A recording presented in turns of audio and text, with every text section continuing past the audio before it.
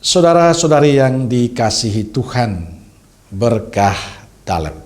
Sudahkah kita memberi senyum hari ini, Senin 12 Juni 2023. Mari kita awali permenungan kita hari ini dengan tanda kemenangan Kristus dalam nama Bapa dan Putra dan Roh Kudus. Amin.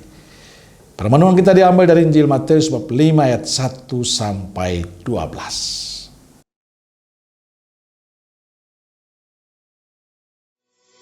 Ketika Yesus melihat orang banyak itu, naiklah ia ke atas bukit, dan setelah ia duduk, datanglah murid-muridnya kepadanya. Maka Yesus pun mulai berbicara dan mengajar mereka. Katanya, "Berbahagialah orang yang miskin di hadapan Allah, karena merekalah yang mempunyai kerajaan surga. Berbahagialah orang yang berduka cita, karena mereka akan dihibur. Berbahagialah orang yang lemah lembut, karena mereka akan memiliki bumi. Dan berbahagialah orang yang lapar dan haus akan kebenaran, karena mereka akan dipuaskan. Berbahagialah orang yang murah hatinya, karena mereka akan beroleh kemurahan. Berbahagialah orang yang suci hatinya, karena mereka akan melihat Allah. Berbahagialah orang yang membawa damai, karena mereka akan disebut anak-anak Allah. Berbahagialah orang yang dianiaya oleh sebab kebenaran, karena merekalah yang mempunyai kerajaan surga. Berbahagialah kamu, jika karena aku kamu dicela dan dianiaya, dan kepadamu difitnahkan segala yang jahat.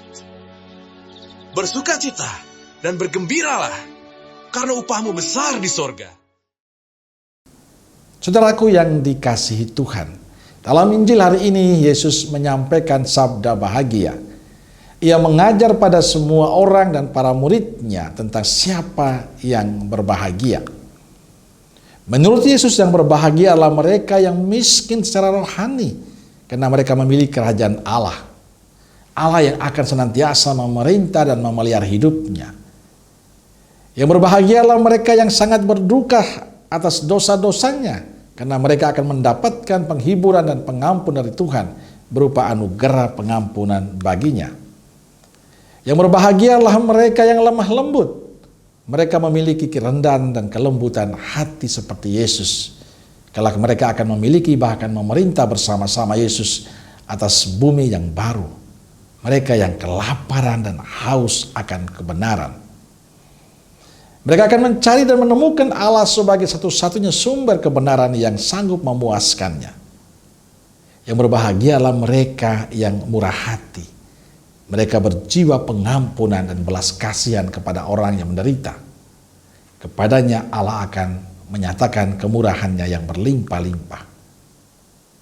Yang berbahagialah orang yang hatinya disucikan oleh Allah, sebab mereka akan memiliki persekutuan yang intim dengan Allah dan mengalaminya dalam pergumulan hidup yang real.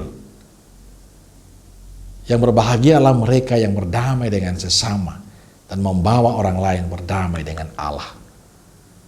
Mereka-mereka itu disebut anak-anak Allah.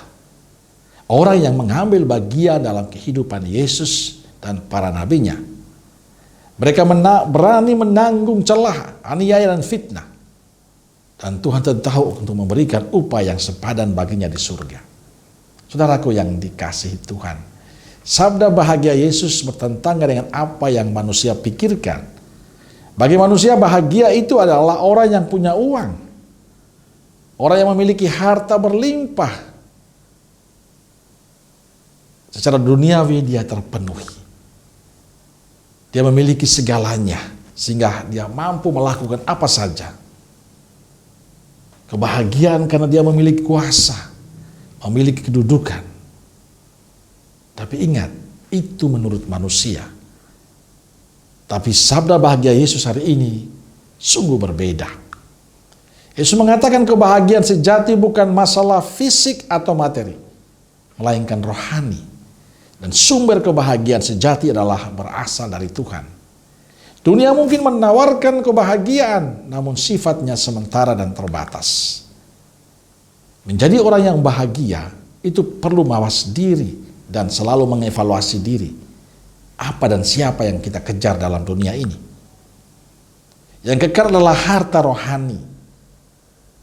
Seperti yang dikatakan Yesus, yakni memiliki relasi intim dengan Yesus yang selalu mengandalkan Tuhan dalam hidupnya. Kita boleh memiliki segalanya, kita berhak menjadi orang kaya, dan itu tidak masalah. Tapi satu yang ingin saya katakan, selama masih bisa, selama masih ada waktu, kejarlah hal-hal yang rohani lebih dahulu daripada hal-hal jasmani atau materi. Sebab itulah cara kita mendapatkan kebahagiaan kekal. Selama kita masih bisa untuk carilah hal-hal yang rohani. Lakukanlah perbuatan-perbuatan baik kita. Hal-hal yang bisa membawa orang pada kebahagiaan, yang membuat kita semakin dekat dengan Tuhan.